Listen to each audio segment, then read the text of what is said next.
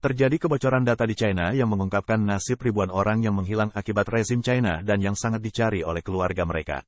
Mereka adalah orang yang dipenjara di kamp kerja paksa di wilayah Xinjiang. Menurut laporan CNN, data yang disembunyikan oleh rezim China ini telah diretas oleh seseorang yang tidak dikenal dan berupa sekumpulan dokumen yang dikenal sebagai berkas polisi Xinjiang. File-file ini mengungkapkan data tentang sekitar 830.000 orang yang keberadaannya tidak diketahui, yang terangkum dalam 11.477 dokumen dan berisi ribuan foto.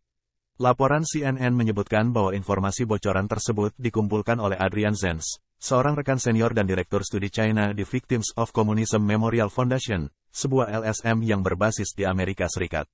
Mengikuti kebocoran data ini, Zenz beserta timnya menghabiskan berbulan-bulan untuk mengembangkan alat pencarian sehingga kerabat dari orang-orang Uighur yang hilang di Xinjiang dapat memperoleh informasi yang konkret tentang kerabat mereka setelah bertahun-tahun terpisah dan tidak ada kabar. Alat pencarian data yang sangat penting itu saat ini telah mencapai sekitar 5 juta entry. Ini adalah langkah besar dalam mengungkap kejahatan rezim China, tidak hanya terhadap kelompok etnis Uighur, tetapi juga terhadap minoritas lain yang dianiaya karena keyakinan mereka, seperti praktisi Falun Dafa dari aliran Buddha dan orang Tibet yang juga ditahan di apa yang disebut Partai Komunis China sebagai kamp reedukasi. Adrian Zenz melaporkan pada tanggal 9 Februari bahwa dalam salah satu dokumen yang bocor, Tunias, Ketua Wilayah Otonom Xinjiang, dalam pidatonya pada tahun 2018, memerintahkan para pejabat untuk memastikan tindakan yang mencegah orang-orang melarikan diri dari kamp pendidikan politik dan pusat penahanan polisi di wilayah Uighur. Sedangkan pihak rezim, melalui outlet propaganda yang dijalankan oleh negara yaitu Global Times, mencoba mencemarkan nama Zenz dengan menggambarkannya sebagai penyebar desas-desus dan menyebut analisisnya tentang file-file tersebut sebagai disinformasi.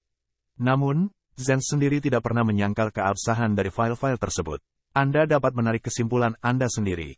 Pelanggaran hak asasi manusia terhadap Uighur dan minoritas lain yang didokumentasikan, misalnya oleh Human Rights Watch, termasuk penangkapan massal sewenang-wenang dan penghilangan paksa, penindasan budaya dan agama, kerja paksa, sterilisasi paksa, dan penyalahgunaan fisik dalam segala bentuk.